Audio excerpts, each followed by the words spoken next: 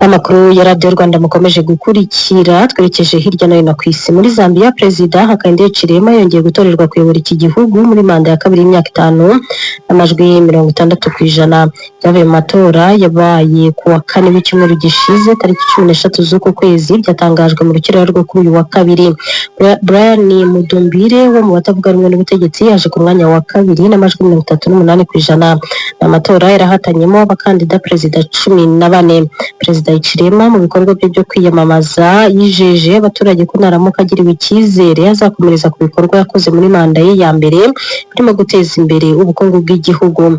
Mu byo yibanzeho cyane azabagezaho harimo kugabanya ikiguzi cy'ubuzima cyahenze cyane, kongera amadevize yinjira muri iki gihugu no guhanga imirimo y'ibihumbi 50 mu nzego za leta. Perezida Hakainde Hichilema w'imyaka 64 y'amavuko yatowe bwa mbere tariki 24 z'ukwezi kwa munani umwaka wa 2021. Tukiri ku ngingo ijyanye n'amatora kandi Perezida wa Madagascar Colonel Michael Randrianirina yatangaje ko mu kwezi kwa karindwi k'umwaka utaha 2027 hateganyijwe amatora azibanda ku hazaza y'itegeko nshinga ry'iki gihugu. Yabitangajwe ari mu nama y'umuryango w'ubukungu bw'ibihugu bya Afurika y'Amajyepfo SADC iri kubera muri Afurika y'Epfo. Perezida Colonel Randrianirina yongeyeho ko nyuma y'ayo matora azakurikiraho ay'umukuru w'igihugu nayo akazaba mbere y'uko umwaka wa 2027 urangira. Ibi bivuze ko gahunda y'amatora izaba isubitsweho ibyumweru bike ugereranyije n'ingengabihe yari yaratangajwe n'urwego rw'amatora muri iki gihugu mu kwezi kwa gatanu uyu mwaka. Gusa kuba amatora ya perezida azaba mbere y'uko uwo mwaka wa 2027 urangira byari bisanzwe biri muri gahunda yo kuvugurura imiyoborere y'iki gihugu yashyikirijwe SADC mu mpera z'ukwezi kwa kabiri uyu mwaka.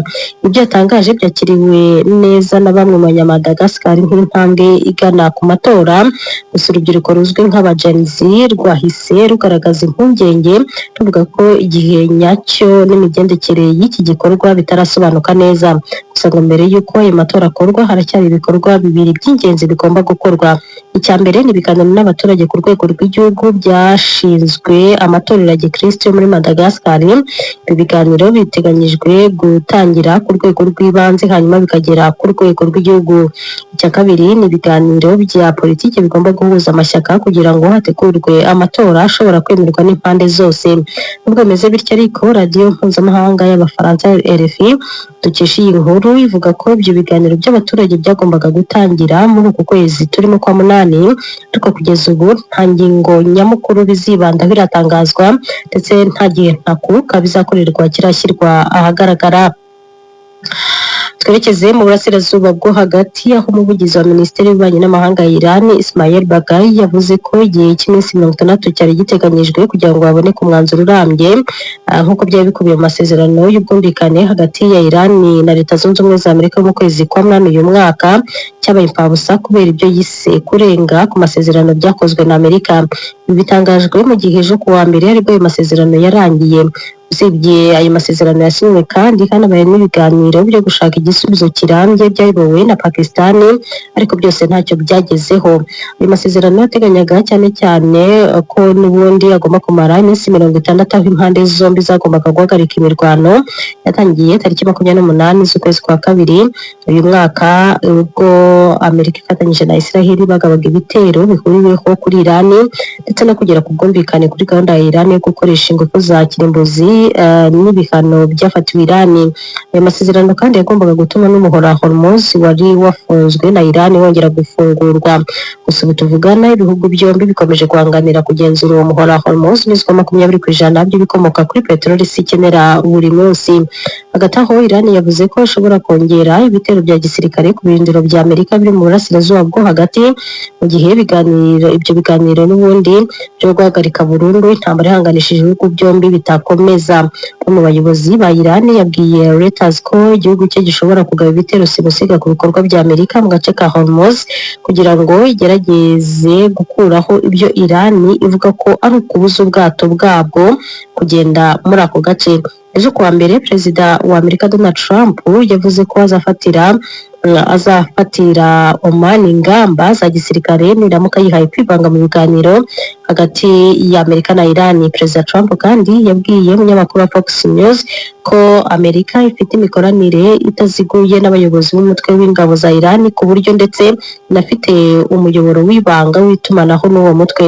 Yabisubije ubwo yabazwaga ku bijyanye n'aho Oman ihagaze mu biganiro bireba Iran n'ubwikorezi bunyura muri iyo nzira y'amazi.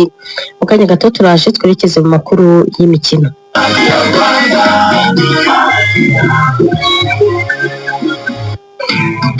Iyo nkoresheje producer Movit nsonga uko nshaka udushya na Movit, iyi produit ivuguruye igura umusatsi mwiza muremure kandi woroshye. Gerageza style iyo ari yo yose maze ukoreshe spray ya Movit ituma umusatsi wawe ubengerana ugaragaza itandukanye. Movit iboneka mu masalo yose na boutique zikwegereye. Movit all day confidence. Muto karame ibuze shaka amaso yo kujya kuri banki yamfashe no bakaba bafunze. Ubikiro cyacu aho gushya sitwe duhiye. Ariko icyo ntabwo kikiri ikibazo. Kuko muri quartier dufite umu agent wa Equity utanga service hafi ya zose z'ingenzi twakenera muri bank. Wow! Ibintu byacu n'uva byose bibaye mwa. Waruzi ko muri quartier uhahira wanahasanga umu agent wa Equity Bank akagufasha kubona service zitandukanye za banki harimo kubitsa, kubikuza, kwishyura service zirimo amazi, umuriro n'ibindi. Ushobora kandi no gufunguza konti bikoroheye. Ntukagorwe no kubona service za banki kandi aba agents bacu barenga 5,000 biteguye kugufasha. Equity Bank, your listening, caring partner.